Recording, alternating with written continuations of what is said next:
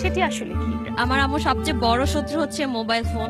ও 2 number বেশি পাচ্ছে, তুই কেন 2 নাম্বার কম পেলি? মা কিন্তু প্রতিপক্ষ না, কিন্তু ওরা ধরেই নেয় যে আসলে মা আমাকে এই মুহূর্তে বুঝতে পারছে না, আমার সব কাজে বাধা দিচ্ছে। আমরা কেন বাবা মার কাছে লুকোচ্ছি? কারণ হচ্ছে বাবা মারা আমাদেরকে জানি যে এটা করলে বকা দিবে। স্কুল লাইফে ছেলেকে একটু ভালো লেগেছিল, আমি বলছি অসম্ভব, এই ছেলেকে পছন্দই করা যাবে না, একদম নিষেধ।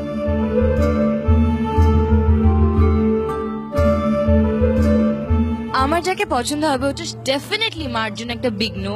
আমরা তখন পছন্দ করছি বয়ফ্রেন্ড হিসেবে, আম্মুরা চিন্তা করছে লাইফ পার্টনার হিসেবে। আমরা সবসময় আমার প্যারেন্টসদের সাথে একটা মধুর সম্পর্ক ক্রিয়েট করতে চাই, কিন্তু এটা অনেক ক্ষেত্রে হয় না। ওরা অনেক রক্ষণশীল। ফেসবুকের পেজে এরকম আমার ছবি আপলোড করে তারা দিয়ে দিল।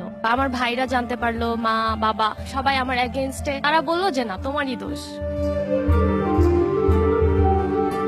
আমি যখন বড় হয়েছি বা আমি যখন একদম ছোট ছিলাম তখন তার সোশ্যাল নেটওয়ার্ক ছিল না। একটু দূরের আত্মীয় সেক্সুয়ালি হ্যারাস করার চেষ্টা করতো, সেরকম অনেক ঘটনা হচ্ছে ঘটেছে, কিন্তু আমি আমার বড় বোনকেও কখনো বলতে পারিনি, আমার মাকেও কখনো বলতে পারিনি। নতুন পুরনোর দ্বন্দ্ব, বিশ্বাস অবিশ্বাসের দোলাচল, নাকি প্রজন্ম থেকে প্রজন্মের ব্যবধান, জেনারেশন গ্যাপ?